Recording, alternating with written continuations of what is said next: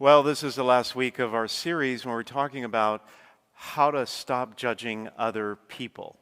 And by now, I'm absolutely certain that every single one of you sitting here today and watching online is thinking only positive thoughts about everyone around you, right? Yes?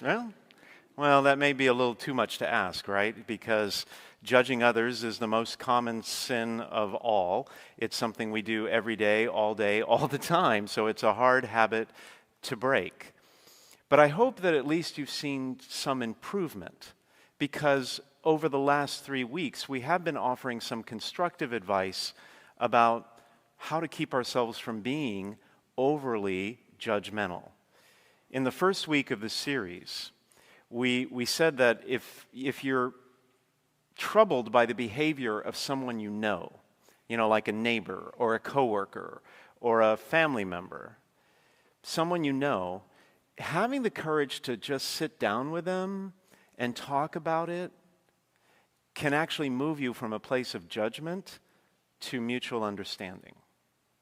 In the second week, we said that when it comes to someone who has hurt you or someone you love, someone you have a lot of resentment against because of what they've done to you or someone you love, we said that trying to forgive them will definitely improve your judgmental attitude. And we said that compassion is the secret to forgiveness. The more we can look past the bad behavior of the other person and into the heart and mind of that person to find out and try to figure out what they were going through at the time, what they were thinking, what they were feeling at the moment when they lashed out at you. If you do that, well, that can really go a long way to help you get past it and to stop judging that person. Well, this week, and the third, sorry, I almost forgot the third one. The third week, last week, we talked about 2 other reasons that we often judge people. And that is envy and jealousy. We're often critical of people or find fault with them because we're secretly, whether we realize it or not, we're sometimes secretly jealous or envious of them. After all, if you're not feeling great about yourself or some of your accomplishments or whatever, it feels good to dump on someone else, doesn't it?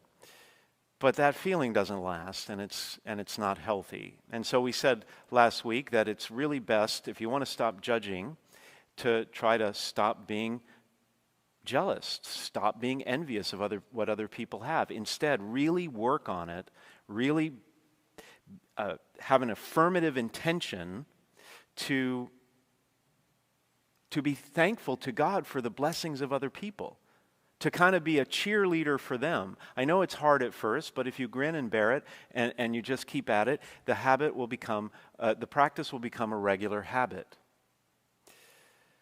And the more you stop counting their blessings and start counting your blessings, the less you'll judge those other people. Well, this week we're going to look at one more practical suggestion for overcoming judgment. And it's hard. It's hard because it involves the deadliest sin of all, which is pride. Pride. Now, when I say pride, I don't mean being proud of someone you love or something in your life. And it's a good thing to be proud of your family, to be proud of your children. Raise your hand if you're proud of your children. I hope every parent who's here has their hand raised. It's a good thing to be proud of your child, to be proud of your spouse, to be proud of your family, to be proud of your workplace, your company, to be proud of your school that you go to, and maybe even your church. I hope your church that you attend, that you're proud of your church. These are good things, because in the way that we use that word today, being proud of something, we're really more saying like we're grateful, right? I'm proud of my child, you might say, because I'm grateful for him or her in my life. But pridefulness is different. Pridefulness is the bad kind of pride that comes from the excessive love of one's own perceived excellence. Let me say that again. The bad kind of pride, pridefulness, comes from an excessive love of our own perceived excellence. It's an inflated view of our value and our worth, and it tends to marginalize us, alienate us from God and from other people. Pridefulness convinces us that we need to push God to the side in our life. It convinces us that everything that we have and all the accomplishments that we've achieved are the result of our hard work and our talent, without ever taking the time to give credit to the source of all blessings, God, who gave you that talent and who gave you the ability to work hard. Pridefulness also distances us from other people because it convinces us we're superior to them. In short, pridefulness encourages us to think we don't need God and that we're better than other people. And pridefulness and judgment of others are closely connected. They go hand in hand. We sometimes judge others because we can be prideful in the moment. And sometimes we act out of wounded pride, which is what was really going on in the story that we heard today at Mass from the Gospel. Let me break it down a little bit for you. Jesus was in Jerusalem. He was outside the temple talking to some of the chief priests and elders of the people. The chief priests and the elders of the people were part of the religious hierarchy in Jerusalem. And at this point in the story, they are spitting nails. They are infuriated because Jesus had just gone into the temple and overturned the tables of the money changers and driven out the merchants who were selling animals for sacrifice in the temple. He did that because he hated the crass commercialism of it all. But put yourself in the shoes of the chief priests and the elders. They had just witnessed this itinerant preacher that they'd never heard of before from a remote village up north come into their town with an entourage hailing him as king. Then they looked on as he went into the temple and disrupted this nobody from Galilee. He just disrupted the worship practices there that had been going on for centuries. And so at this point, they want to know why. And more importantly, why Jesus thought he had the authority to do what he did. And now that's when this story picks up that we heard tonight. Instead of answering their question, Jesus tells them a story about two sons. And he begins this way. He says, "What is your opinion? A man had two sons. He came to the first and said, 'Son, go out and work in the vineyard today.' And he said in reply, 'I will not,' but afterwards changed his mind and did. And then the man came to the other son and gave the same order. He said in reply, 'Yes, sir,' but did not go. And so Jesus asked them, 'Which of these two sons did the Father's will?'" Now, this was a softball. I mean, this is easy. We all know the answer to that. The answer is the first son. The first son was the one who did the Father's will, the one who said no initially, but then changed his mind and did what his father asked. Not the second son who agreed at first, but then never followed through. And the chief priests and the elders got it right too. They said the first son, he's the one who did the Father's will. Well, little did they know that Jesus was setting a trap for them, and they had already fallen into it. He was setting a trap for them, and they had already fallen into it, because the next thing he says to them is, "I say to you that tax collectors and prostitutes are entering the kingdom of God before you." He just turned the tables on the chief priests and the elders by saying that the two groups of people who were considered to be the worst, most notorious sinners in all of Israel would receive the love, grace, mercy, and care of God long before these religious leaders would. Why? Because as Jesus pointed out, when John the Baptist came to them in the way of righteousness, preaching repentance and so forth, the chief priests and elders did not believe him, but the tax collectors and prostitutes did. And then even when the chief priests and elders saw this later, they did not later change their minds. and believe John the Baptist. And there it is, in 2 sentences, Jesus brought the hammer down on the chief priests and elders. He brought it down hard because he exposed to them and to everyone else their hypocrisy, their consistent and repeated pattern of rejecting the messengers and the prophets sent to the people by God. First it was John the Baptist they rejected, and now it's Jesus they are rejecting. And so it's clear where Jesus was going with this parable the whole time. He's saying that the tax collectors and prostitutes are like the first son who disobeyed the father initially and fell into sin, but then had a change of heart because they repented and believed. Whereas the chief priests and elders are like the second son who paid lip service to the father, promising to do what he asked, but then never did. Now you can imagine that this didn't go over so well. The chief priests and elders were highly offended at this. In fact, shortly after this passage, we learn that this is when they first started to plot against Jesus and to find a way to arrest him and have him put to death. Why were they so offended? Because of wounded pride. You see, they were the guardians of the temple. They were the safekeepers of the religious traditions and rituals and rites. They were the members of the elite Sanhedrin, the religious governing body over the whole land of Israel. They were the spiritual elite in the center of religion in that part of the world. And if there was one group of people or 2 groups of people that they thought they could look down on and judge, it was tax collectors and prostitutes. They were at the lowest rung of the social ladder. They were considered unworthy of God's love, and they were the 2 groups of people that the chief priests and elders looked down on the most.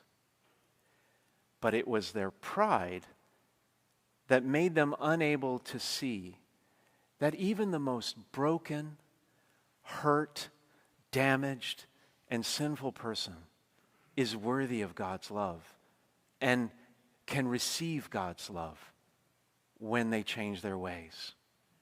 Their pride made it incapable for them to see that the very people that they bitterly judged, were actually ahead of them spiritually and closer to God because they had the humility to repent, to change their ways, and to believe, whereas the chief priests and elders did not.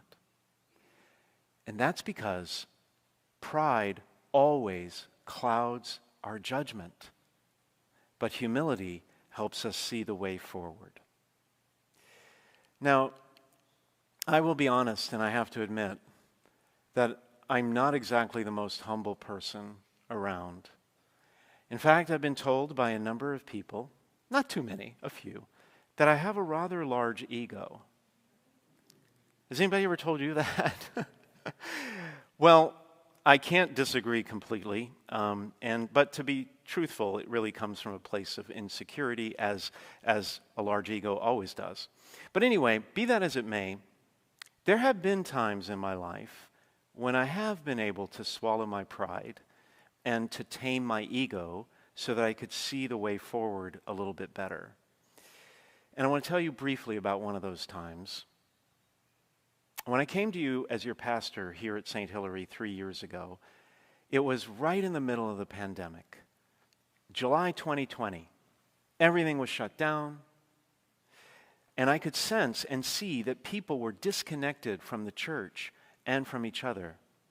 And I knew that I had to do something to bring this parish back to its former glory. But I didn't know what to do. I didn't know how to do it. I could have tried to rely on my own wisdom or lack thereof and probably would have fallen on my face hard. But instead, I decided to reach out to a church, a Catholic church in Baltimore called Nativity. The pastor there and his associate, for years had studied some of the fastest growing churches in America and were figuring out ways to incorporate some of their strategies into an authentic Catholic worship experience. And the result was explosive growth. Everything tripled for them. Their attendance, their membership, their collections, and their overall parishioner engagement. They eventually wrote a number of books about their success story, all of which I have read. And then, a few years later, they started an association of parishes that they called Rebuilt, to bring parishes together, to help them learn from each other and to learn from Nativity what they did to achieve that kind of success. And so this parish association, Rebuilt, allows pastors from all over the country and even the world to come together, to talk to each other, and to learn from one another about various ways to bring more and more vitality into their parishes. And I knew that if we wanted to achieve our goals here at St. Hilary, I had to have enough humility to seek out other Catholic leaders, to not think I knew all the answers, but to seek out other Catholic leaders who, against all odds, had been tremendously successful in revitalizing, renewing, and growing their parishes. Now, I know this story sounds a little self-serving, like I'm telling you, look how humble I am. But I started off telling you I'm not that humble, but this was a moment of humility, and it paid off. And I'm making a point, and the point is this. As I said, pride always clouds our judgment, but humility helps us see the way forward better. So, if you want to stop judging people, we've got to replace our pridefulness with humility. Here are a few ways to grow in humility, and I'm taking notes first and foremost because I need it the most. Number one, recognize your prideful moments. We all have them. You know, somebody says something and you just get your back up and you get prideful, right? We all have those moments, but it's important to be aware of them. Being aware of those moments is more than half the battle, because pride, like every sin, wants to work behind the scenes, underground and in the dark, so you don't even know it's happening. The more you call it to top of mind, the more you ask God every day, God, help me be aware of when I'm not being humble during this day, the more you'll be able to conquer that, to grow in humility. Second, recognize your limitations, your own limitations. Humble people are vulnerable people. They're not afraid to admit their own vulnerability. They're comfortable in their own skins. They know they're imperfect. They don't try to prove to everyone else how perfect they are. And they're just relaxed about who they are. Recognize your limitations and you will grow in humility. Third, recognize the needs of others. Recognize the needs of others. Humble people are compassionate people. They're compassionate people. They think of others before themselves. This is why St. Paul says in the second reading, humbly regard others as more important than yourselves. You see, humility is not about thinking less of ourselves, as C.S. Lewis put it. Humility is about thinking of ourselves less. And we do that by having compassion for the needs of others. Let me tell you a brief story about that. In my last parish where I was pastor, we had a wonderful greeter program. You probably met the two wonderful greeters out here tonight. They were wonderful. Thank you. They're right there in the back. So thanks for greeting tonight, Meg and Ann. I think it's their first time. Is it your first time greeting? Yes? No? Okay. But anyway, it was one of their first times, and they did a wonderful job. But in this other parish, we had a greeter program as well. And this was after a Saturday night Mass. One of the greeters walked up to me and she said, Father, I was so offended by some young woman walking into the church immodestly dressed that I told her as she came into the church that she ought to be ashamed of herself for coming into church that way. I said, really? She said, yes. I said, would you mind stepping down from the greeter program? Which she promptly did, as well as switching parishes. And then I called the lady, because I knew who it was, and I apologized. And you know what she said to me? She said, Father Roger, I'm so sorry for having worn shorts. Okay, it wasn't a bathing suit or something. It was shorts. She said, I'm so sorry for coming into the church with shorts. But you see, my daughter and I had been out shopping and running errands and doing all kinds of things all day Saturday, and we started to run out of time, and we're getting behind schedule. But she was scheduled to be an altar server tonight, so I knew I needed to drop her off. So I was just dropping her off, and then I was going to go to Mass myself tomorrow. I'm so sorry for having offended your parishioner. Now I ask you, who was more humble in that situation?